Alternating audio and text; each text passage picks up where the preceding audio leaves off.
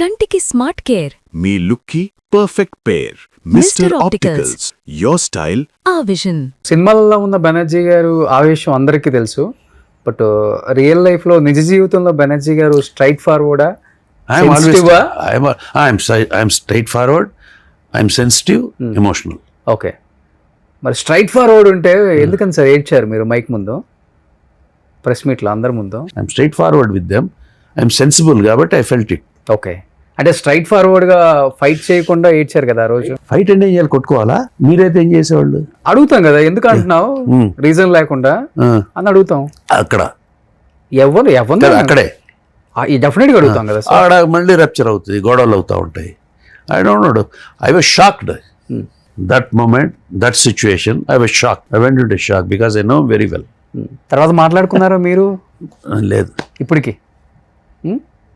But కోపం ఎక్కువ ఉన్న చోటే ప్రేమలు కూడా ఎక్కువ ఉంటాయి అంటారు కదా.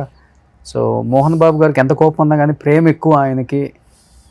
చిన్నపిల్లాడు మనస్తత్వం అంటారు. 40 సంవత్సరాల ఫ్రెండ్షిప్ కదా మీది. మీరు అర్థం చేసుకోలేకపోయారా, లేకపోతే అర్థం అయ్యేలా చెప్పలేకపోయారా అసలుకి? నేనేం చెప్పలేదు, ఏమనలేదు.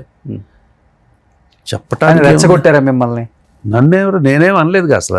అదే ఏం అనకపోయినా నన్ను రెచ్చగొట్టేదే ఉంది. నేను అసలు ఏమన్నా అంటే, నేను ఏదైనా మాట్లాడుంటే నన్ను ఎవడో రెచ్చగొట్టాడు కానీ మాట్లాడు, నన్ను అసలు ఏమేమి మాట్లాడలేదే.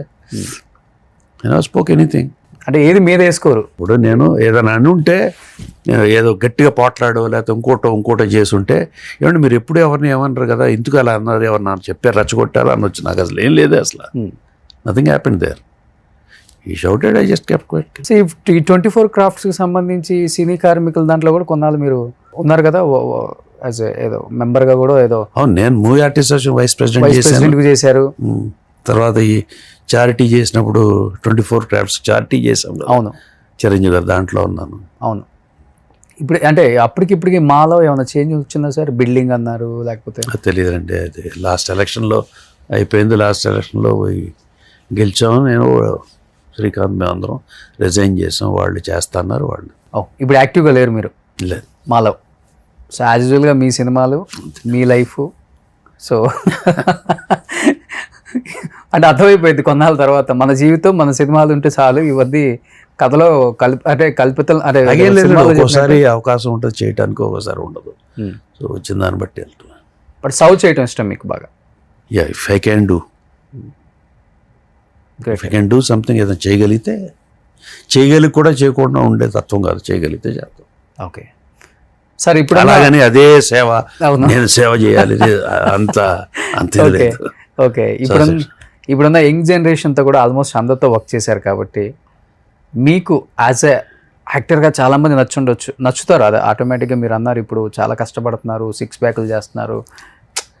6 ప్యాకులు చేస్తున్నారు, 4 ప్యాకులు చేస్తున్నారు పక్కన పెట్టేస్తే, they're all dedicated artist, professionals. Characterisation కానీ, క్యారెక్టర్ కానీ, పొద్దున్న రావటం కానీ, వాళ్ళేం విసుక్కోకుండా, even though they're big stars, okay, they are on the ground and there are professionalism. యాక్టర్ని టైం రావాలి, చేయాలి, they are very good. And అందరితో మింగిల్ అవటం, మాట్లాడుతాం, నో ఇదంతా ఏం లేదు, ఈగో ప్రాబ్లమ్స్ ఏం, they are all good. Okay, so మీరు చాలా అద్భుతంగా విశ్లేషిస్తారు కాబట్టి ఒక్క మాటలో, ఒక్క లైన్లోనే చెప్పండి, జూనియర్ ఎన్టీఆర్ అంటే ఏం చెప్తారు? Good actor, very good actor. Okay, very very good actor. As a person? As a person may be good to many people, may not be good to somebody, that differs. Okay. As general human being, good. Good. Super. Allu Arjun garu? Prati world, prati hero, young generation, everybody are doing very good. And they are very professional. Okay. All chala dedicated towards their profession. Everybody. There is no exception. ఒకళ్ళు ఎక్కువ, ఒకళ్ళు తక్కువ అని కాదు. ఏమన్నా ఉంటే కొంచెం అటు ఇటు ఏమన్నా ఉంటే తప్పితే all are very good. Okay, ఈ ఆర్టిస్టులు, అది నేను ఊరినే వాళ్ళని మభి పెడతానికి చెప్పడం కాదు, రియాలిటీ. ఆర్టిస్టులు కొంచెం ఏజ్ పెరిగే కొంది క్యారెక్టర్లు పెద్ద ఏజ్ వస్తుంటాయి, వద్దు మనం ఇంకా మంచి చిన్న ఏజ్ ఉన్న రోల్స్ చేయాలని చెప్పేసి డై వేస్తారు పక్క గడ్డాలకి, మీసాలకి. నాకు తెలిసి ఒకే యాక్టరు అప్పటి నుంచి ఇప్పటికి మన క్యారెక్టర్కి తగ్గట్టు, మనం ఉన్న గెటప్కి తగ్గట్టే క్యారెక్టర్లు వస్తాయి, మనం ఏం మార్చనక్కర్లేదు మన లుక్ని అని చెప్పేసి అప్పటికి ఇప్పటికి ఏ మాత్రం చేంజ్ లేకుండా మిమ్మల్ని మీరులా ఉంచుకున్న ఏకైక యాక్టర్ బెనర్జీ గారు. నో డై ఇప్పటివరకు కూడా వేయలేదు, వేయను, నాకు ఎందుకో పెద్ద ఇష్టం ఉండదు. క్యారెక్టర్కి అవసరమైందా కలర్ పోస్తారు, పైన బ్లాక్ పోస్తారు కింద, అంతే. ఇప్పుడు ఏదైనా నాకు నిజంగానే బ్లాక్ హెయిర్ ఉండి యంగేజ్లో ఓల్డ్ మ్యాన్ కావాలంటే వైట్ పూసేవాళ్ళు కదా. సో అలాగే ఇప్పుడు నాకు వైట్ హెయిర్ వచ్చింది కాబట్టి నన్ను ఇంకా యంగ్ చేయాలంటే బ్లాక్ పోస్తారు, అంతే. ఆ బ్లాక్ పూసినా కానీ కొంత తేడా తెలుస్తుంది, అంతా యంగ్ అయిపోలేము కదా ఎంత కలర్ వేసినా. ఓకే, ఒకవాళ్ళకి అది ఇష్టం, నాకు ఇష్టం లేదు. మీరైతే అసలు వేసుకోరు? నో, వెయ్యను. క్యారెక్టర్ ఉంది, దాని బ్లాక్ షేడ్స్ పోస్తాం. ఇలా అనమాట. మనం మిర్చిలో ఒకసారి కుజ్జిలో నుంచి లేచి ఒక డైలాగ్ చెప్తారు కదా, అలా ఉంటారు అన్నమాట లైఫ్లో. వాడు గుండె పెద్దది రావాడు మగవాడు. మంచి క్యారెక్టర్, మంచి డైలాగ్ అది. ఆ సినిమా కూడా వెరీ గుడ్ ఫిల్మ్. సూపర్.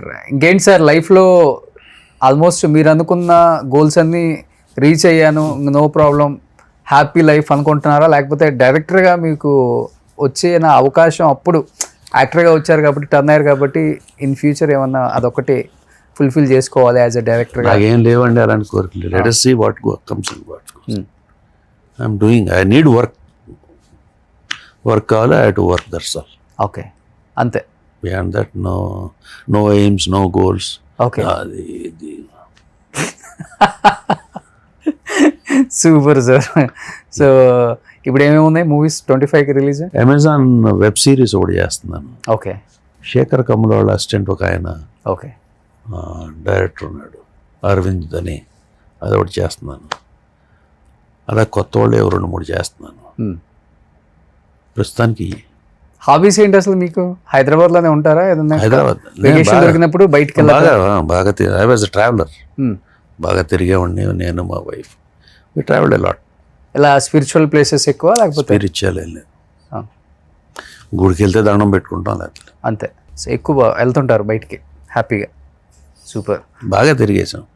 ఇంకా చాలా ఉందిలేండి, మనం తిరిగిందే ఎక్కువ అనుకుంటాం కానీ దానికన్నా చాలా ఉంది ఇంకా. ఓకే, ఈ మధ్యకాలంలో నటుడిగా కాకుండా నేను నటుడు కాదు, నేను కూడా ఒక ఈ పాత్రలు, ఇది పాత్ర కాదు ఇది నిజమని ఇలా కూర్చొని క్యాజువల్గా ఇంట్రొడ్యూస్ చేసిన పర్సన్ మీరే. అంతేనా? If you feel happy that's enough. Yes, ఇప్పుడు యాక్టర్ అనే వాళ్ళకి కొంచెం ఉంటుంది కదా, అది ఇలా చెప్పాలి ఆన్సర్స్, అలా చెప్పాలి, కొంచెం మసాలా యాడ్ చేస్తే బాగుంటుంది. ఐ డోంట్ నో, అదే నో ఫిల్టర్.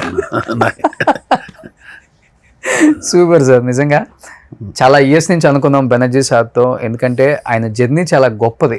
పెద్దదని నేను చెప్పను, గొప్పదని చెప్తాను. ఎందుకంటే లైఫ్ ఎంతవరకు ఉన్నా కానీ మనం హ్యాపీగా ఉన్నావా లేదనేది చాలా ఇంపార్టెంట్.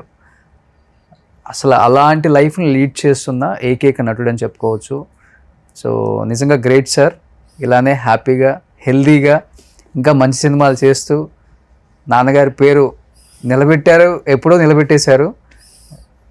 గొప్ప నటులు అని చెప్పలేము, ఇంకా అయిపోయింది. గొప్ప నటులు అంతా అయిపోయారు, మీరంతా హుందాగా ఉంటే చాలు. యా, ఎవ్రీబడి, ప్రతి ఒక్కళ్ళు, I wish everybody live happily. ప్రతి వాళ్ళు హుందాగా బతకాలి, ఉండాలని కోరిక everybody. So thank you so much. ఎందుకంటే ఈ మధ్య ఒకటే ఇదే కదా, పాత ఆర్టిస్టులు కొంచెం స్టేజ్ ఎక్కారంటే ఏకవచనంలో కుమ్మేస్తున్నారు అనేది ఒక కామెంట్ కదా ఈ మధ్య. అంటే అది చదువుకోద్దు అంటాము, బయట కోట్ల మంది చూసేవాళ్ళు కాబట్టి మీరే మా అందరికీ ఒక ఇన్స్పిరేషన్. మీరే ఇలా ఉంటే మా జనరేషన్కి మీరేం నేర్పించినట్టు అని చెప్పేసి ట్రోల్ చేయడం కూడా ఎక్కువైపోయింది. రీసెంట్గా మీరు రాజేంద్ర ప్రసాద్ గారి కామెంట్స్ చూస్తే ఎంత ట్రోల్ చేశారో ఆయన అర్థం మీకు తెలిసే ఉంటుంది కాబట్టి. ఎప్పుడు ఏది ఏం చెప్పలేమండి, చాలు ఫ్లోలో జరిగిపోతుంటాయి అంతే. చూసారా ఆయన సింగిల్ ఊరికే ఇది బెనర్జీ గారు అంటే. So thank you sir, thank you so much. Thank you very much. మీతో మీ ఇంటర్వ్యూలు కొన్ని చూసాను, చాలా బాగా చేశారు. It's nice. మీ చాలా రోజుల నుంచి అడుగుతున్నా, ఐఎమ్ వెరీ సారీ, అందరి ముందు చెప్తున్నా ఐఎమ్ సారీ, చాలా లేట్ అయింది. మీరు చేయకూడదని కాదు కానీ నేను ఎక్కువ వెళ్ళను కాబట్టి సరే మళ్ళీ ఫోన్ చేశాను. Thank you so much. Thank you.